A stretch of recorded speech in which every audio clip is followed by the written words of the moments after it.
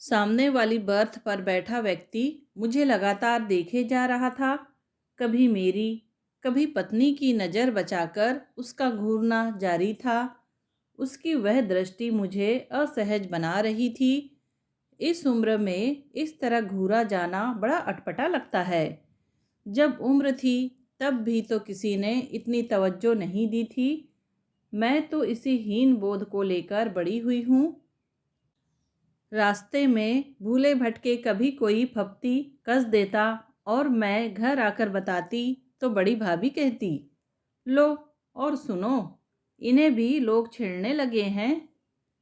छोटी तो खिलखिलाकर हंस ही पड़ती। क्या चॉइस है। कॉलेज पहुंचकर ये कुंठा थोड़ी और गहरी हो गई थी और लड़कियों के आसपास भंवरों की तरह मंडराने वाले लड़के मेरी तरफ झांकते भी नहीं थे। इस उपेक्षा से मैं अपने आप को बहुत आहत और अपमानित महसूस करती थी। इसलिए किसी का इस तरह एकटक देखना मुझे अजीब लग रहा था। आदत जो नहीं थी। कुछ देर बाद उनकी पत्नी उठकर शायद टॉयलेट तक गई थी। तब उन्होंने गला साफ किया और किंचित आगे झुककर कहा, एक्सक्यूज़ मी, मुझसे कह रहे हैं? मैंने जानबूझकर अनजान बनते हुए पूछा। जी हाँ, बिल्कुल आप ही से कह रहा हूँ। क्या आप मिस जौहरी हैं? मिस रेखा जौहरी? अपने इस नाम को लेकर भी तो मैंने कितने कमेंट्स सुने हैं। खैर, उस विचार को परे धकेलकर मैंने उन्हें ध्यान से देखा। परिचय का कोई सूत्र हाथ नहीं आया। आप मुझे कैसे जानते हैं? आपको शायद याद नहीं है, हम लोग एमए में साथ थे। MA English, professor Chaudhary, professor Desh Pandey, doctor Mallikarjun sir. वो सब तो मुझे याद है, पर आपको पहचान नहीं पा रही हूँ। सॉरी। इसमें सॉरी कहने जैसा कुछ नहीं है। इन बीच के वर्षों में मुझ में काफ़ी फ़र्क आ गया है। आप लेकिन बिल्कुल वैसी ही हैं, तभी तो पहचान लिया। किसी भी स्त्री के लिए यह सबसे बड़ा कॉम्प्लीमेंट होता है कि आप बिल्कुल वैसी ही हैं। पर मैं जरा भी पुलकित नहीं हुई। पूछा, अपना नाम बताएंगे? अरविंद, अरविंद सक्सेना। तब तक उनकी पत्नी लौट आई थी। बोले, उषा, मैंने कहा नहीं था कि मैडम का चेहरा पहचाना सा लग रहा है। We were classmates. मैडम ने एमए में टॉप किया था। उनकी पत्नी ने गर्दन की हल्की सी जुम्बिश के साथ मेरा अभिवादन किया। मैं अब एक एक नाम याद करने की कोशिश कर रही थी। आपके साथ एक तो राजू दुबे थे, आनंद भार्गव, वसीम अहमद, सुयस बागची। बस इतने ही नाम याद आ रहे हैं। इतने नाम याद आ गए, यही बहुत है। एक लंबा अरसा भी तो हो गया। और आप लोग तो 4 ही थी, हम तो 10 थे। आपकी बाकी फ्रेंड्स कहाँ हैं? कभी मुलाकात होती है? अब उनसे क्या कहती कि मैं जानबूझकर किसी से संपर्क नहीं रखती हूँ। गोलमाल सा जवाब दे दिया। नीलिमा की तो तुरंत ही शादी हो गई थी और वह पति के साथ यूके चली गई थी। रूबी शायद दुबई में है। चित्रा से एक आध बार मुलाकात हुई थी, वह चेन्नई में है। हस्बैंड मशहूर कार्डियाक सर्जन हैं। और आप? मैं एक गर्ल्स डिग्री कॉलेज में प्रिंसिपल हूँ। जगह का नाम मैंने जानबूझकर नहीं बताया। वाह, फैबुलस फैमिली। इसी प्रश्न से डर रही थी मैं, पर जब सामने आ ही गया तो जवाब भी दे डाला। मिस्टर की 7-8 साल पहले कार एक्सीडेंट में डेथ हो गई। ओह, सो सैड। बेटा यूएसए में सॉफ्टवेयर इंजीनियर है। आती जाती रहती होंगी वहाँ। एक बार गई थी। कह रहा है कि रिटायरमेंट के बाद यहीं आकर रहिए। मैं ग्रीन कार्ड बनवा रहा हूँ। मैंने कहा, तब की तब देखेंगे। बिल्कुल मत जाइएगा। उनकी पत्नी ने पहली बार मुंह खोला। बोर हो जाएंगी। मैं तो दोनों बहुओं की जचकी में गई थी, परेशान हो गई। यहाँ नौकरों की पलटन पाले हैं, वहाँ बर्तन तक हाथ से मांजने पड़ते हैं। मैंने दोनों से कह दिया है कि अगली बार अपनी अपनी अम्माओं को बुला लेना। मेरे बस का नहीं है मुझे, लेकिन वहाँ बहुत अच्छा लगता है। अरविंद बोले। अच्छा क्यों नहीं लगेगा? आपको क्या फ़र्क पड़ता है? जैसे यहाँ हर चीज़ हाथ में रखी मिलती है, वहाँ भी मिलती थी। परेड तो मेरी होती है ना। एक बात अच्छी है, वहाँ पुरुष भी बराबरी से काम में हिस्सा बटाते हैं। मैंने कहा, प्लेटें धोने से लेकर बच्चे की नैपी बदलने तक सब कर लेते हैं। वे अमेरिकन पति होते हैं, पर ये तो शुद्ध भारतीय पति है ना। पति पत्नी की इस मीठी नोक-झोंक का एक फ़ायदा यह हुआ कि बातचीत का रुख दूसरी ओर मुड़ गया और मैंने राहत की सांस ली। परिचय के सूत्र नए सिरे से जुड़ जाने के बाद यह स्वाभाविक था कि हम लोग खाना साथ में खाने के दौरान मैं भारत की विभिन्न खाद्य संस्कृतियों पर बात करती रही। मेरे इस ज्ञान कोश को देखकर वे लोग चकित थे। खाने के बाद मैंने तुरंत सोने की तैयारी कर ली। सेकंड एसी में यात्रा करने का एक फ़ायदा यह भी है कि आप जब चाहें जितनी देर चाहें सो सकते हैं। इसके लिए आपको नीचे ऊपर वालों की सुविधा का विचार नहीं करना पड़ता। इतनी जल्दी सोने की आदत नहीं थी, फिर भी मैं दम साधे पड़ी रही। मैं किसी भी बहाने अपने जीवन गाथा के पृष्ठ उन लोगों के सामने खोलना नहीं चाहती थी। आज यह व्यक्ति पत्नी के सामने मेरे साथ बड़े आदर से पेश आ रहा है, पर कॉलेज के ज़माने में इन लोगों का पूरा ग्रुप मुझे किस हेय दृष्टि से देखता था, यह मैं भूली नहीं हूँ। सब लोग मेरी बुद्धि का लोहा मानते थे, मानना ही पड़ता था, पर अपमानजनक टिप्पणियाँ भी कसते थे।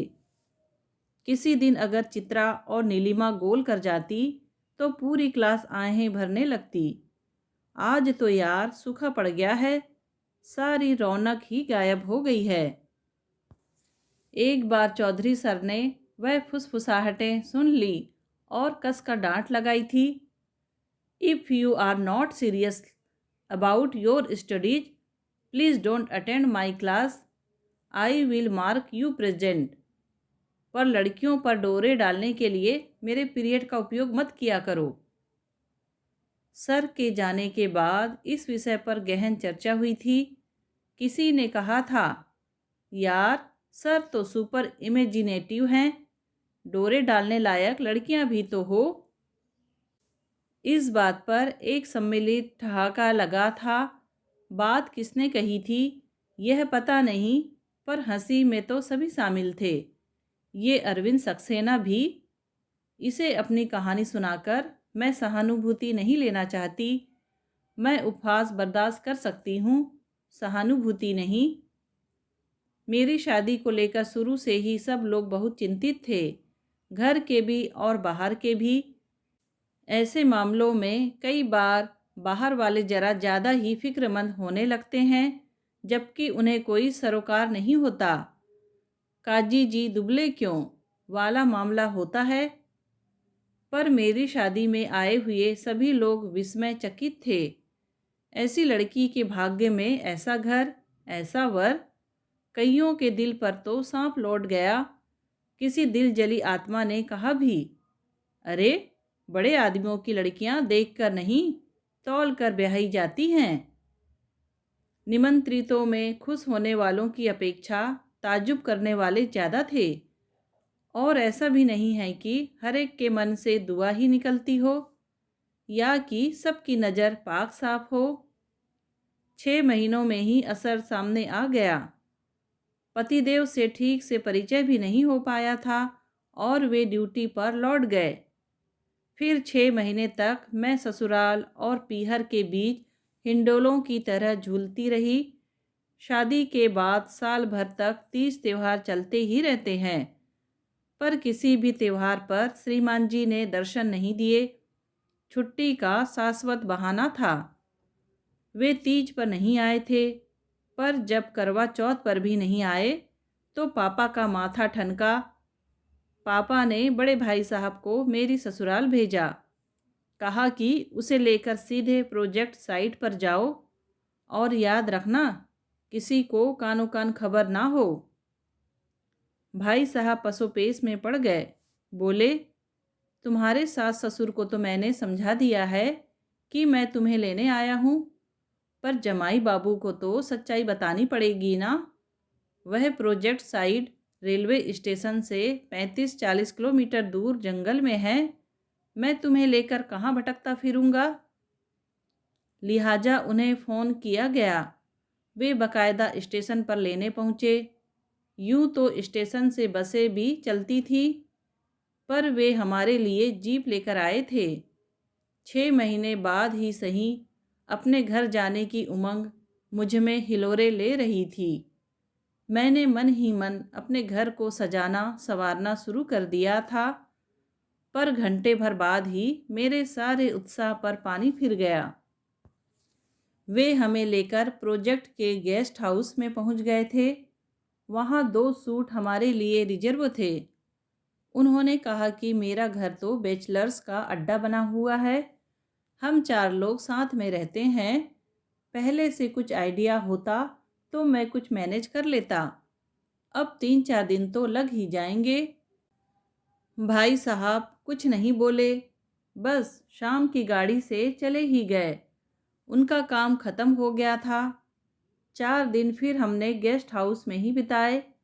ये बोले, तुम्हें हनीमून पर नहीं ले जा सका ना, चलो यहीं हनीमून मनाते हैं। हनीमून हमारा गेस्ट हाउस के कमरों में ही मन रहा था। मेरा बहुत मन था साइड देखने का। दूर से ही सही अपना घर भी देखना चाहती थी, पर वे खुद भी ड्यूटी पर नहीं गए, न अपने दोस्तों से मुझे मिलवाया। बोले, मैंने बॉस से permission to leave in quarters ले ली है, रूममेट से भी कह दिया है, जल्दी से अपना इंतजाम कर लें। 5वें दिन सुबह ये बुरा सा मुंह बनाकर बोले, एक प्रॉब्लम आ गई है, तुम्हें घर जाना पड़ेगा। कैसी प्रॉब्लम? माँ बीमार है। किसकी? मेरी और किसकी? आपकी माँ बीमार है और आप नहीं चलेंगे? मेरा तो मुश्किल लगता है, अभी अभी 4 दिन की छुट्टी ले चुका हूँ। मैं कुछ देर चुप रही, फिर एकाएक मैंने पूछ लिया, ये आँख मिचोली हम कब तक खेलेंगे? कैसी आँख मिचोली? आपको क्या लगता है, आपने किसी 5वीं फेल अनपढ़ गंवार से शादी की है? इसमें पढ़ाई की बात कहाँ से आ गई? 6 महीने तक आप अपने लिए स्वतंत्र घर का इंतजाम नहीं कर सके, इस बात पर ना भाई साहब ने यकीन किया था न मैंने। वे तो चुपचाप चले गए। But I have come to stay. मैंने स्टे पर अतिरिक्त जोर देते हुए कहा, नाउ कम क्लीन। वे कुछ देर तक भौचक्के से मुझे देखते ही रहे। उन्हें शायद पहली बार एहसास हुआ कि उनके सामने जो औरत खड़ी है वह अंग्रेजी में एमए है और कॉलेज में पढ़ा रही है। वे पहले तो कुछ सकपकाए, मेरी नज़र का सामना करने से कतराते रहे, फिर हिम्मत बटोर कर बोले, सच सुनना चाहती हो ना? इतना साहस है तुम में? मैंने पिछले 6 महीने इतनी घोर मानसिक यंत्रणा झेली है कि अब मैं कुछ भी सुनने के लिए तैयार हूँ। तो सुनो, यह शादी मैंने अपनी मर्जी से नहीं की थी, मुझे मजबूर किया गया था। किसने? मेरे पूज्य पिताश्री ने। मुझे तुम जरा भी अच्छी नहीं लगी थी, पर मेरे पिता को वह दहेज बहुत अच्छा लगा जो तुम साथ लाने वाली थी। उससे मेरी दोनों बहनें पार लग सकती थी, इसलिए मुझे मजबूर किया गया। उन कष्टों का वास्ता दिया गया जो घर वालों ने मेरे लिए उठाए थे। उस खर्च का ब्यौरा दिया गया जो मेरी पढ़ाई पर हुआ था। मुझे बेटे का, भाई का फर्ज समझाया गया। मेरी पूरी तरह घेराबंदी की गई। आखिरकार मुझे हथियार डाल देने पड़े। मैंने शादी के लिए हाँ तो कर दी, पर तभी सोच लिया कि यह घर मैं हमेशा के लिए छोड़ दूंगा। बैठे रहें अपनी बहू और दहेज को लेकर, मैं इस तरफ झांकूंगा नहीं। मुझे लगा जैसे मेरे पैरों के नीचे की धरती धसक गई है और मैं किसी गहरे गर्त में डूबती जा रही हूँ। अगर वे कहते कि मेरा मन कहीं और है, यह शादी मैंने मजबूरी में की है, तब भी मुझे इतना आघात ना पहुँचता। हनीमून के वे 4 सुनहरे दिन, 4 रंगीन रातें भूत प्रेतों की तरह मुझे घेर कर खड़े हो गए। दम सा घुटने लगा मेरा। बड़ी मुश्किल से मैंने अपने आंसुओं को लौटाया और बहुत ही स्पष्ट आवाज में कहा, आपको अपनी रकम मिल गई है ना? मुझसे शादी करने का मुआवजा आप पा ही गए हैं ना? अब एक उपकार और कीजिए, मुझे तुरंत मेरे घर भेज दीजिए। आपके घर से अब मेरा कोई सरोकार नहीं है और घर पहुंचकर मैं तलाक के कागज भिजवा रही हूँ। कृपया उन पर दस्तखत करके भिजवा दीजिएगा। And thanks for everything. मैं इतनी जल्दी और वो भी अकेले लौट आऊँगी, ऐसा किसी ने सोचा भी ना था। भाई साहब को लग रहा था कि दाल में कुछ काला है, पर पूरी दाल ही काली होगी, ऐसा उन्होंने भी नहीं सोचा था। तलाक की बात सुनकर सब सकते में आ गए। माँ पापा ने समझाया, सब्र से काम लो, शादी कोई गुड्डे गुड़िया का खेल नहीं है। हम बात करते हैं, हो सकता है कोई हल निकल आए। मैंने साफ कह दिया, तलाक हो या ना हो, मैं अब उस आदमी के पास लौटकर नहीं जाऊंगी। अच्छा देखते हैं, वकील से बात करते हैं। पापा ने जैसे मेरा मन रखने के लिए कह दिया। मुझे बताए बगैर ही उन्होंने मेरे ससुर जी से बात की। वे दौड़े चले आए। पापा से बोले, बिटिया को समझाइए, थोड़ा ठंडे दिमाग से सोचे, एकदम कोई निर्णय ना ले। अंकिता की शादी तय कर रहा हूँ, दिवाली बाद नवंबर में सगाई है। यह बात फैल गई तो रिश्ता हाथ से निकल जाएगा। मतलब उन्हें मेरे सुख दुख से कोई सरोकार नहीं था। वे सिर्फ अपनी बेटी की शादी में कोई विघ्न नहीं चाहते थे। बाप बेटे दोनों एक से निकले। उनकी इस स्वार्थपरकता ने मेरे तलाक के इरादे पर जैसे मुहर लगा दी। इस बीच मैंने एक नौकरी भी ढूंढ ली थी और एक नई आत्मविश्वास भरी जिंदगी की शुरुआत कर दी थी। तभी एक साक्षात्कार हुआ। हमारा अल्पकालीन हनीमून व्यर्थ नहीं गया था।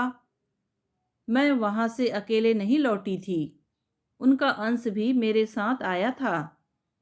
मैं उस नालायक स्वार्थी इंसान की संतान को जन्म देना नहीं चाहती थी, पर मेरे अबॉर्शन के प्रस्ताव को घर में किसी ने स्वीकार नहीं किया। माँ की दृष्टि में तो ये महापाप था।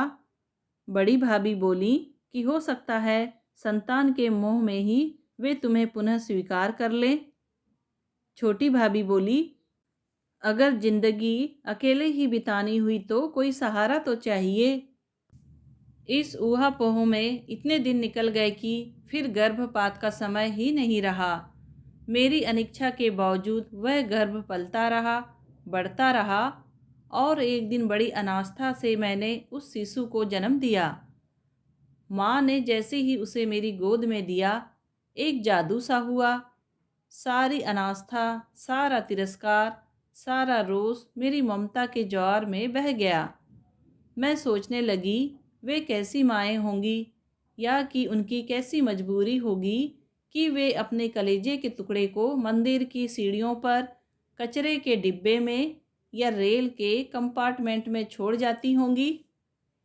पता नहीं कैसे पल भर में ही वह नन्हा जीव मेरे जीवन का केंद्र बिंदु बन गया। मेरी सारी दिनचर्या उसी के आसपास सिमट कर रह गई। लगा कि इसे छोड़कर अब मैं एक पल भी नहीं रह पाऊंगी। प्रसूति अवकाश समाप्त होते ही मुझे वास्तव का भान हुआ। पहले दिन कॉलेज जाते हुए मन रो रहा था, पाँव मन मन भर के हो रहे थे। उसे गोद से उतारने की इच्छा नहीं हो रही थी। माँ ने कहा, बिटिया समझ लो, आज से मैं इसकी माँ हूँ। यह मेरा बच्चा है, मैं ही इसे पालूंगी। तुम निश्चित होकर काम पर जाओ। अगर मुझ पर विश्वास नहीं है तो घर बैठो और बच्चा संभालो। घर बैठने का सवाल ही नहीं था। अब मैं अकेली नहीं थी, मेरे साथ मेरा बेटा भी था। मैं उसे एक आत्मसम्मान भरी जिंदगी देना चाहती थी। इसलिए कलेजे पर पत्थर रखकर मैंने उसे माँ की गोद में दे दिया और अपनी रुलाई रोकते हुए गाड़ी में जा बैठी। माँ सिर्फ कहकर ही नहीं रह गई, उन्होंने अपना कहा पूरा भी किया। उम्र की 10-20 सीढ़ियाँ उतरकर वे एकदम जवान लड़कोती बन गई। उनके बल पर ही मैंने अपनी पीएचडी भी पूरी कर ली। क्षितिज तो जैसे उनका ही होकर रह गया था। भाभीयों को बड़ा रश्क होता था। कहती, हमारे बच्चों की तो कभी नैपी भी नहीं बदली होगी, अब देखो कितनी फुर्ती आ गई है। क्षितिज शायद 5वीं में था जब माँ एकाएक चल बसी। मैं अपने को इस अपराध बोध से कभी मुक्त नहीं कर पाई कि जब उनका आराम करने का समय था, मैंने उन्हें काम से लाद दिया। उनकी सेवा करने वाले बहुत थे, पर उन्होंने खुद ही सेवा का व्रत ले लिया था। किसी को पता ही नहीं चला कि वे भीतर ही भीतर पस्त हो गई हैं। मेरी तो खैर माँ थी, मुझे दुख होना स्वाभाविक ही था, पर मेरा बेटा भी नानी की मृत्यु के बाद एकदम कुम्हला सा गया। उसका हंसना बोलना, खेलना खाना सब बंद हो गया था, एकदम गुमसुम हो गया था। मुझे तो चिंता ही होने लगी थी। मैंने एक दिन अकेले में पापा से इसका जिक्र किया तो वे बोले, मैं खुद तुमसे यह बात कहने वाला था। तुम्हारी माँ के जाने के बाद घर का वातावरण एकदम बदल गया है। मुझे औरतों के बीच ज़्यादा दखल अंदाजी करना अच्छा नहीं लगता, पर मैं सोचता हूँ हम क्षितिज को यहाँ से हटा लें। हटा लें मतलब उसे अच्छे किसी रेजिडेंशियल स्कूल में डाल दे। वातावरण बदल जाएगा तो वह संभल जाएगा। इतने से बच्चे को हॉस्टल में रखने की कल्पना मात्र से ही मुझे रोना आ गया। पर पापा शायद ठीक कह रहे हैं। मैं इतना डर रही थी, पर बेटा एकदम खुश हो गया। उसे भेजते समय मैं फूट फूट कर रो रही थी और वह मुझे सांत्वना दे रहा था। अब मुझे शनिवार की प्रतीक्षा रहती जब वह घर आता। वे 2 दिन मेरे खूब अच्छे से गुजरते, पर धीरे धीरे इसमें भी व्यतिक्रम हो जाता। वह फ़ोन करता, मम्मा इस वीकेंड हमारी पिकनिक जा रही है, प्लीज़ आप लेने मत आना। तब मेरा पूरा हफ्ता ही खराब हो जाता। एक बार तो उसने मुझे चौंका ही दिया। 7वीं की परीक्षा में उसने तीनों सेक्शंस में टॉप किया था। मैं खुशी खुशी उसे लेने पहुंची थी। उसे खास ट्रीट देने का प्लान बना रही थी, पर वह बोला, मैं इस बार घर नहीं जाऊंगा, यहीं रहूंगा। मैंने सर से बात कर ली है। मैंने कहा, पागल हो गए हो? गर्मी की छुट्टी में सब अपने घर जाते हैं, सर लोग भी। वे सब लोग अपने घर जाते हैं, मेरा अपना घर कहाँ है? मैं तो स्तब्ध रह गई। बच्चा ये क्या कह रहा है? इसके दिमाग में ये क्या चल रहा है? उसने जैसे मेरे मन की बात जान ली। बोला, हम लोग जहाँ रहते हैं वह निखिल दा, नितिन दा का घर है, आशीष मनीष का घर है। हम ज़बरदस्ती उनके घर में पड़े हुए हैं। मुझे छोटा सा ही सही, पर अपना घर चाहिए। मैं समझ गई कि नानी की मृत्यु के बाद शायद यह घर उसे पराया सा लगने लगा है। हो सकता है मेरे भाइयों के बच्चे उसे अपमानित करते हों, मानसिक या शारीरिक रूप से भी प्रताड़ित करते हों। छोटा होने के कारण वह प्रतिकार भी नहीं कर पाता होगा। नानी उसके लिए ढाल समान थी। उनके जाने के बाद वह अपने को असहाय समझता होगा। मैंने उसे कलेजे से लगाकर आश्वासन दिया कि अगली छुट्टी में मैं उसे अपने घर ले जाऊंगी। तब कहीं वह चलने को राजी हुआ। घर आकर मैंने पापा से यह बात कह दी। उन्होंने जरा भी समय नहीं गंवाया, फौरन बच्चों की एक मीटिंग बुला ली। कहा, तुम्हारी माँ तो चली गई, मेरा भी अब ठिकाना नहीं है, किसी भी दिन बुलावा आ सकता है। सोचता हूँ अपने सामने ही जो जिसको देना है दे जाऊँ, बाद में झंझट ना हो। रेखा को मैं कोई कैश नहीं दूंगा, उसके बदले एक घर खरीद देता हूँ, बाकी गुजारे के लिए उसकी नौकरी है ही। पापा के सामने किसी की बोलने की हिम्मत नहीं थी। बाद में भाभियाँ भुनभुनाती रहीं, बिटिया रानी का दान दहेज तो ख़त्म ही नहीं होता, चलता ही जा रहा है, इतने सालों से यहाँ रह रही है, उसका क्या। पता नहीं कैसे पापा ने यह सुन लिया या कि उन्हें सुनाने के लिए ही कहा गया हो। गरज कर बोले, बिटिया रानी अपने बाप के घर में बैठकर अपने बाप की कमाई खा रही है, किसी और के बाप की नहीं। अच्छा हुआ कि इस बहाने पता चल गया कि तुम लोगों के मन में कितना जहर है। अब तो अपने मरने से पहले मैं उसका इंतजाम करके ही जाऊंगा। बरसों की प्रतीक्षा के बाद हमें अपना घर मिला था। माँ बेटे की खुशी का अंत नहीं था। कुछ दिनों के लिए पापा भी हमारे साथ आकर रह लिए थे, जिससे बड़ा सहारा मिला था। बस एक ही कसक थी, इस प्रसंग में भाभी लोगों से बेवजह मनमुटाव हो गया था। जीवन का एक नया अध्याय शुरू हो गया था। इतने दिनों तक मैंने अपनी कई इच्छाओं को दफन कर दिया था, वे अब फिर जी उठी थी।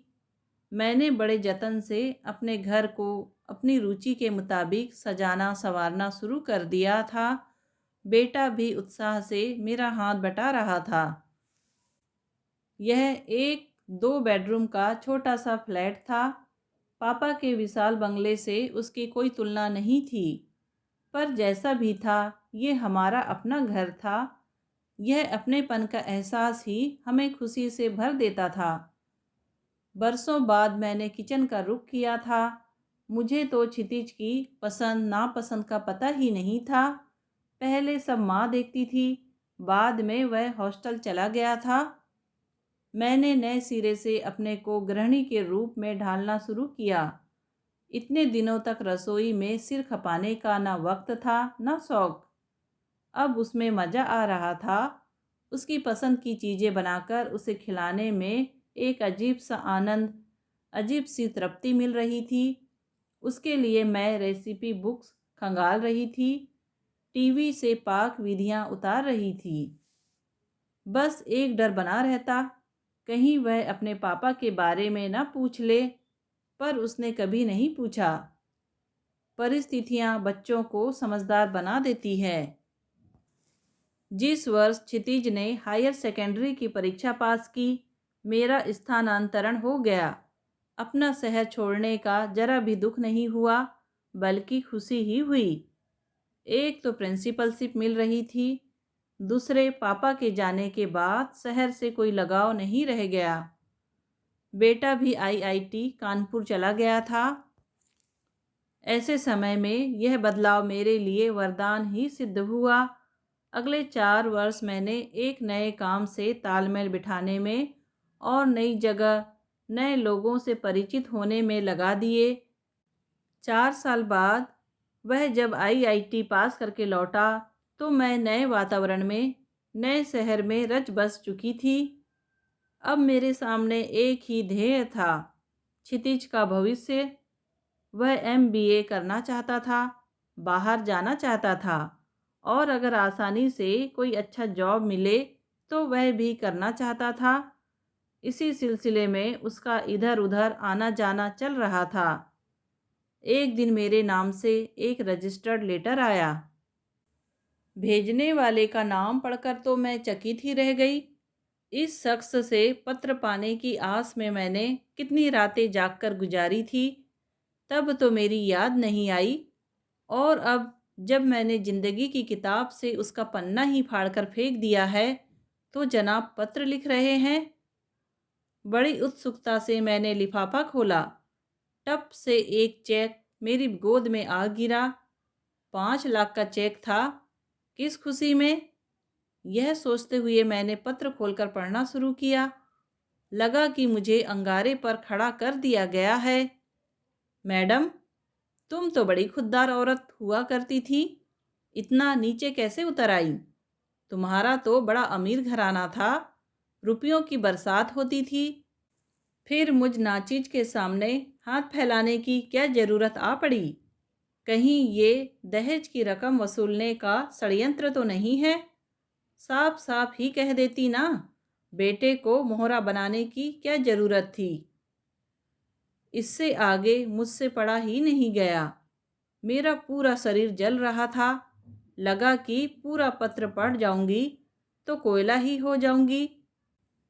दिन भर मैं बेटे की प्रतीक्षा करती रही। वह शाम ढले घर लौटा। मैंने दरवाजे पर ही उसे धर लिया। तुम अपने बाप के पास गए थे? पहले तो वह चौंका, पर तुरंत ही संभल गया। बोला, हाँ गया था। मैंने एक भरपूर तमाचा उसके गाल पर जड़ दिया। क्यों क्यों गए थे वहाँ?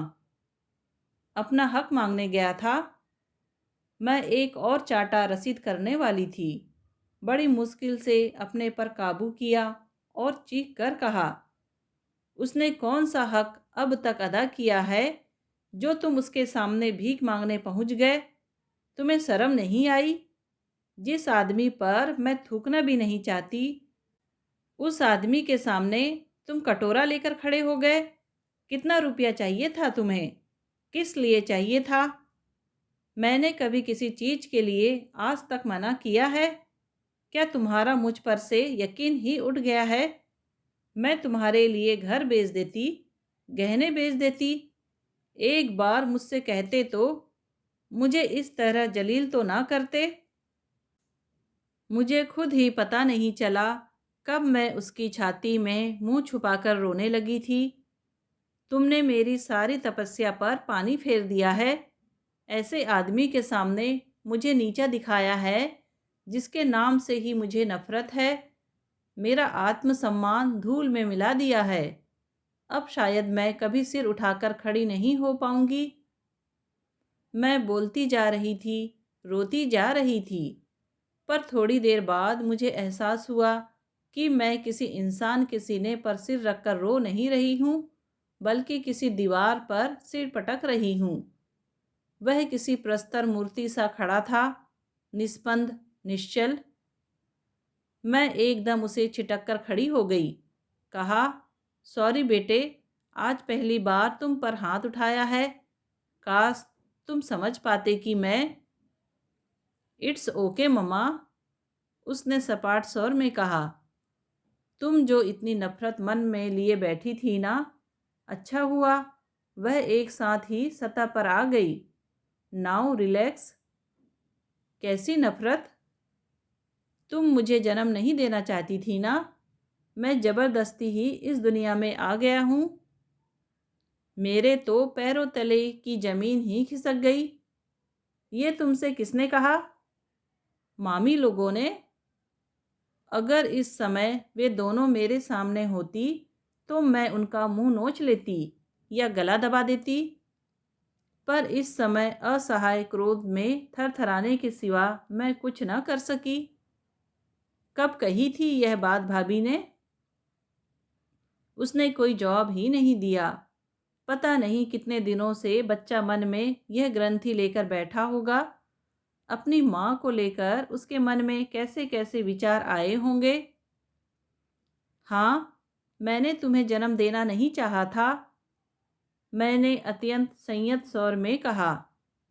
मैं नहीं चाहती थी कि बाप के रहते मेरी संतान अनाथों की सी जिंदगी जिए, ननिहाल की देहरी पर आश्रितों का सा जीवन बिताए। उस समय इन्हीं लोगों ने मेरा ब्रेन वॉश किया और आज तुम्हारे मन में जहर घोल रही हैं। मैं कोई सफाई नहीं देना चाहती। इतना ही कहूँगी कि अगर आज मैं जिंदा हूँ तो उसका कारण सिर्फ तुम हो।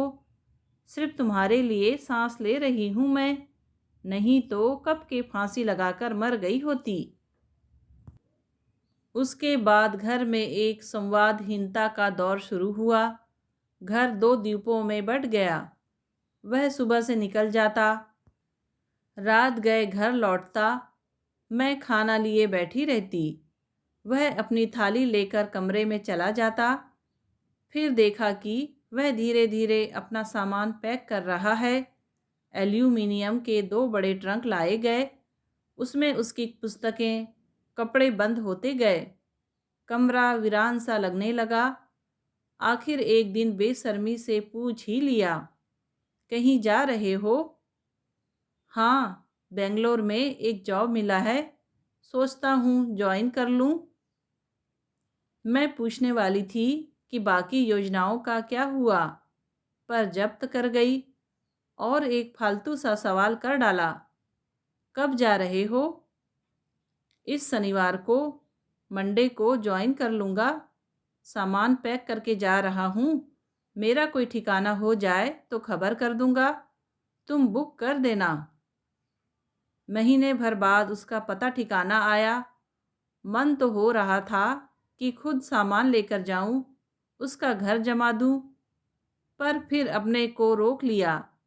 सामान के साथ 2 लाइन की चिट्ठी भेज दी, सामान पहुंच जाए तो खबर कर देना, चिंता रहेगी। पहुंच की सूचना स्वरूप एक पत्र आया। पत्र क्या था? धन्यवाद ज्ञापन था। लिखा था, ममा, आपने अपने कर्तव्य में कभी कोताही नहीं की। विश्वास कीजिए, मैं भी अपने फर्ज से पीछे नहीं हटूंगा। जब भी ज़रूरत हो खबर कर देना। उसने लिखा जरूर है, पर मन में वह भी जानता होगा कि मम्मा कभी खबर नहीं करेगी। मेरा गंतव्य आ गया था। सुबह के 5 बज रहे थे। अरविंद दंपति ने जता दिया था कि हमें जगा दीजिएगा, पर मैं बहुत पहले ही अपना सामान लेकर लॉबी में आ गई। इस परिचय को मुझे यहीं तिलांजलि देनी थी। मैंने मन ही मन उनसे क्षमा मांग ली, इसलिए भी कि मैंने उनसे झूठ बोला था। वैसे वह एकदम झूठ भी नहीं था। जिस पति का होना न होने के बराबर हो, उसे स्वर्गवासी कह देने में क्या हर्ज है। और रही बेटे की बात, तो मेरे लिए बेंगलोर भी यूएसए हो गया है। पता नहीं वहाँ का वीज़ा मुझे कब मिलेगा, मिलेगा भी कि नहीं, कौन जाने। दोस्तों, कहानी सुनने के लिए आपका धन्यवाद। कहानी पसंद आई हो तो प्लीज़ लाइक, शेयर और सब्सक्राइब ज़रूर कीजिए।